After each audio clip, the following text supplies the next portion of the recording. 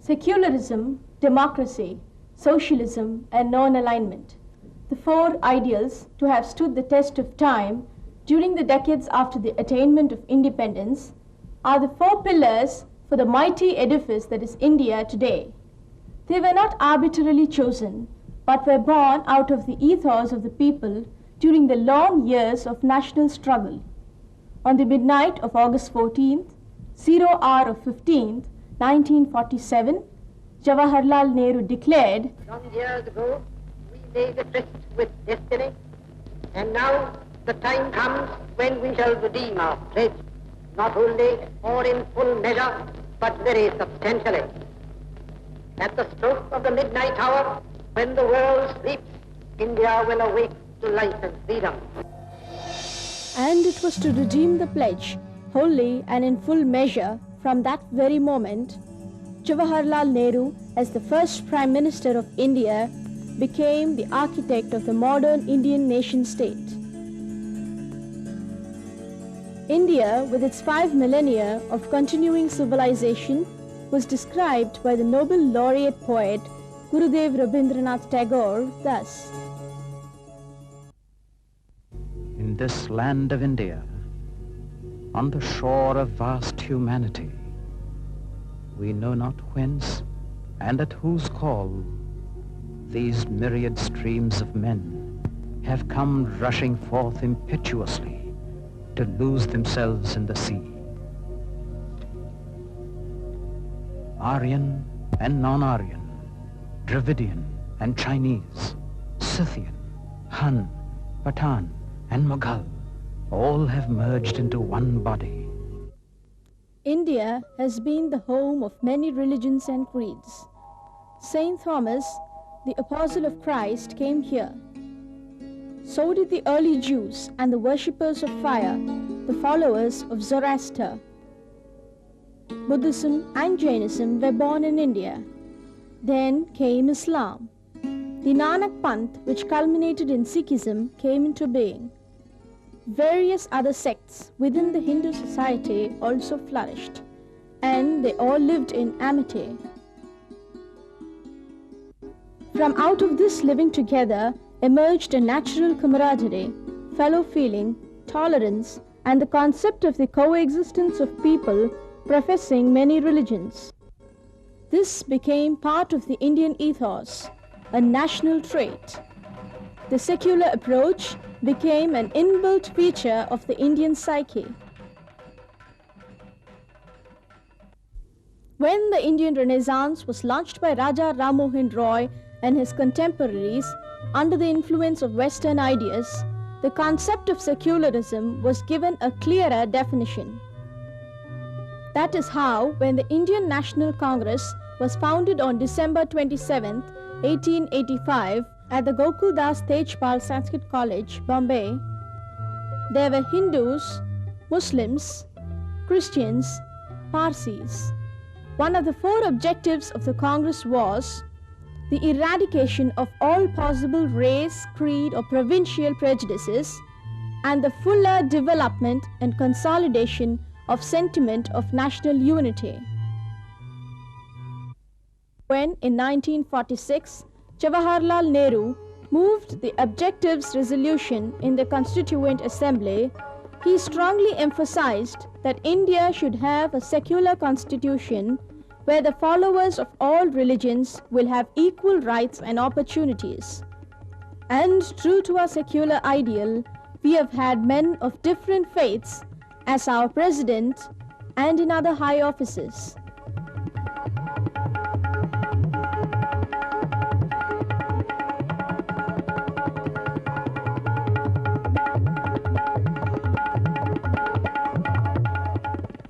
Although the concept of parliamentary democracy of the Westminster model came to us from our erstwhile rulers, the basic principles of democratic thought and practice have been ingrained in the soil of our country through the ages in the institution of village panchayats.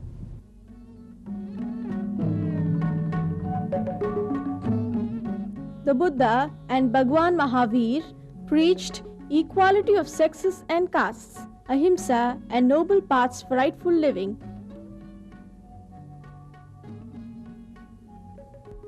Though in subsequent centuries, the Indian polity underwent many changes, the original concepts were not lost sight of. Even when the Indian National Congress was in its first session in 1885, it adopted a resolution on the expansion and reform of the imperial and local legislative councils established under the Indian Councils Act of 1861. During the successive years, Indian national leaders made demands for greater participation in the governance of their country. The demand for Swaraj was made in the Calcutta session of the Congress, with Dadabhai Naoroji presiding. The constitutional reforms granted in 1909 and later in 1919 were half-hearted measures to meet the Indian national aspiration and demands.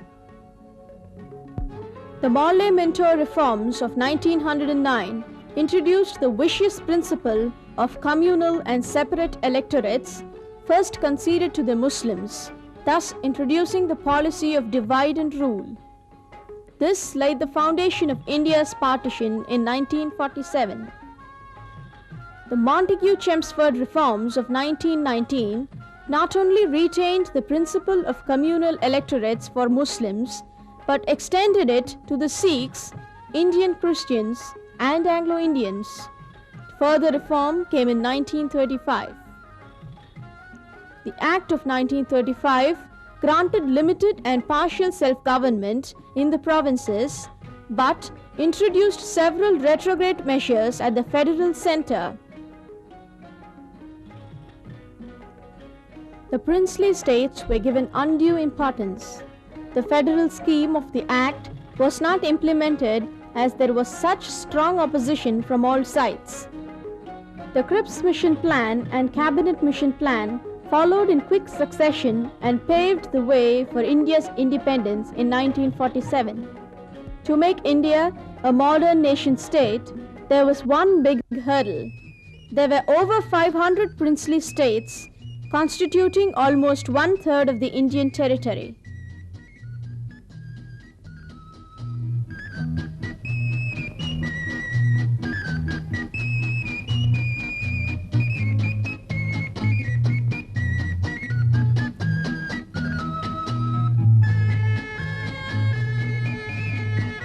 The people of these states, under the leadership of national and local leaders, waged bitter struggles against their Maharajas and Nawabs till Sardar Vallabhbhai Patel masterminded and accomplished the integration of states with the Indian Union.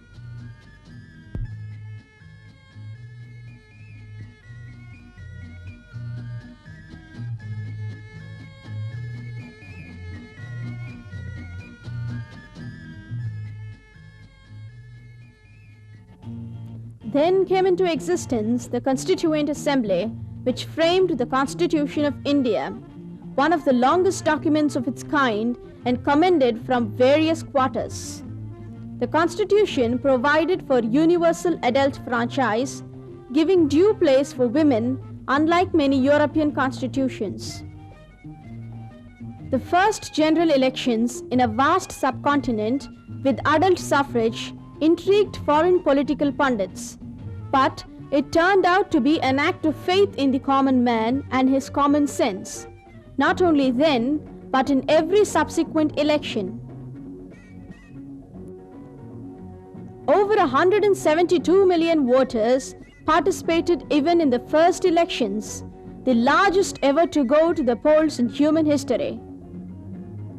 Every time the free and fair general elections have convinced Indian and foreign observers that India is the largest functioning democracy in the world and that parliamentary democracy has come to stay in India.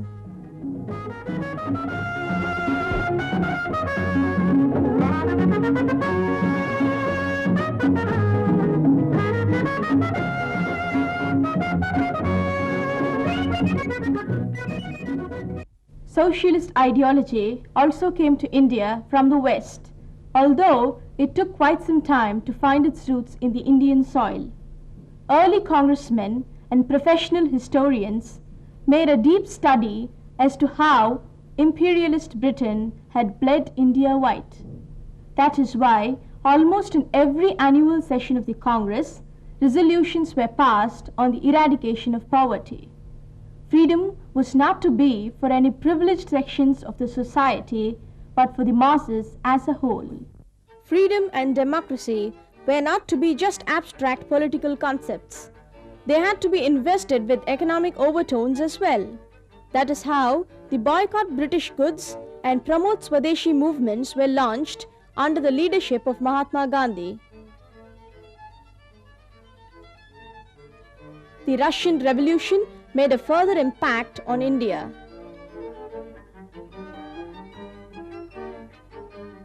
At the Karachi session of the Congress, a resolution on fundamental rights and economic policy was drafted. It demanded not only protection for industrial workers and women workers especially, but also a living wage, healthy conditions of work, limited hours of labor, suitable machinery for the settlement of disputes between employers and workmen, and protection against the economic consequences of old age, sickness, and unemployment. In 1936, at the Lucknow session of the Congress, Nehru declared, I am convinced that the only key to the solution of the world's problems and of India's problems lies in socialism. I see no other way of ending the poverty, the vast unemployment, the degradation, and the subjection of the Indian people except through socialism. About this time, kindred spirits such as Jayaprakash Narayan, Acharya Narendra Dev, Achyut Patwardhan,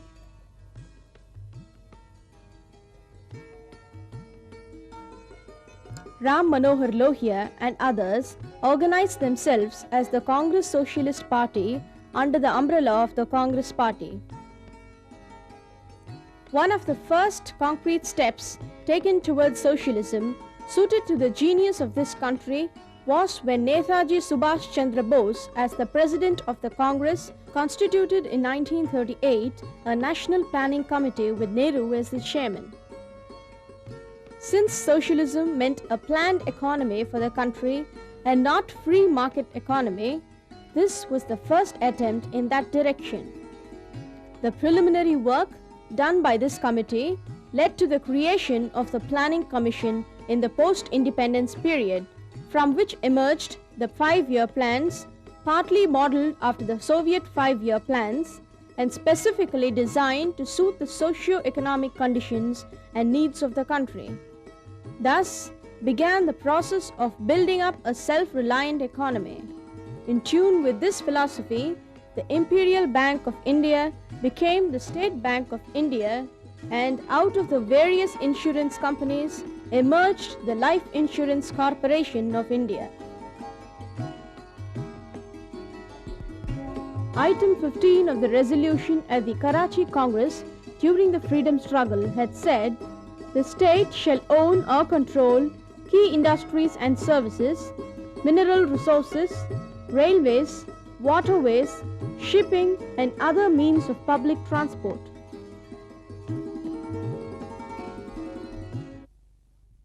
Independent India launched the grand venture of building modern temples of India, hydroelectric projects,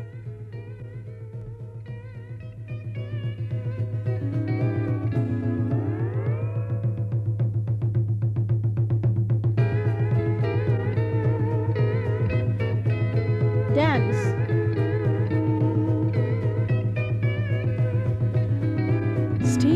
citizens.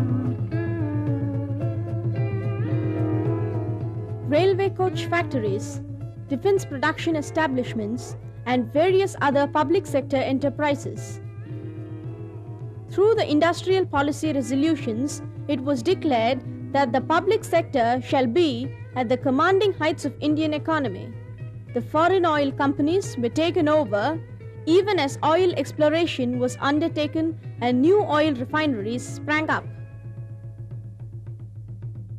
All these industries with vast investments belonged to the people of India. The next major step towards the goal of socialism was the nationalization of 14 private sector banks in order to make banking facilities available to the weaker sections of the society. Then came the abolition of privy purses and princely privileges. Though legal hurdles were placed in placing these radical socialist measures on the statute book, the government went ahead unperturbed. The nationalization of general insurance was also a measure in this socialist direction. Thus, when the constitutional amendment was put through, by which India is now a sovereign, socialist, social democratic republic, we were only giving expression to the socialist ideal of our freedom struggle.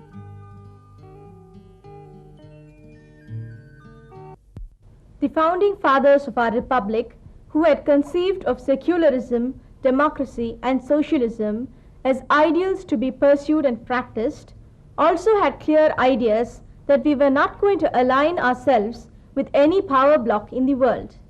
Even in 1946, when he was heading the interim government, Jawaharlal Nehru declared, We propose, as far as possible, to keep away from the power politics of groups aligned against one another, which have led in the past to 2 world wars and may again lead to disasters on an even vaster scale. We believe that peace and freedom are indivisible, and the denial of freedom anywhere must endanger freedom elsewhere and lead to conflict and war. We are particularly interested in the emancipation of colonial and dependent countries and peoples, and in the recognition in theory and practice of equal opportunities for all races. India's struggle has been part and parcel of the worldwide struggle of oppressed colonial peoples against imperialist rulers.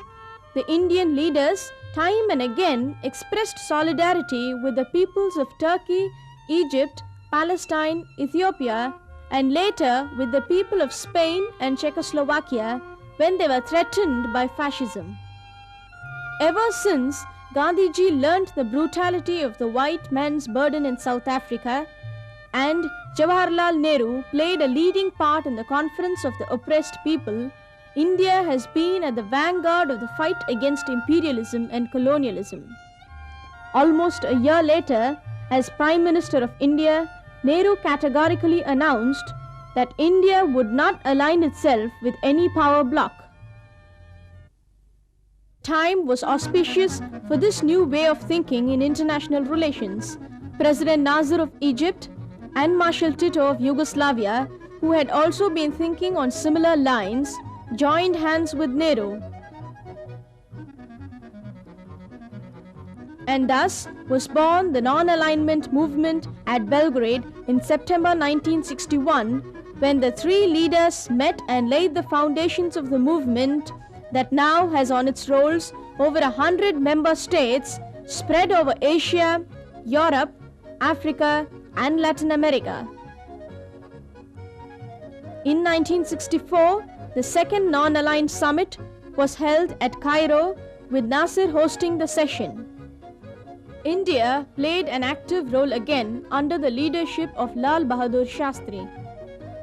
During these almost 26 years, the non-aligned movement has become a powerful protagonist for peace, coexistence, and progress, and a crusader against arms race and nuclear proliferation.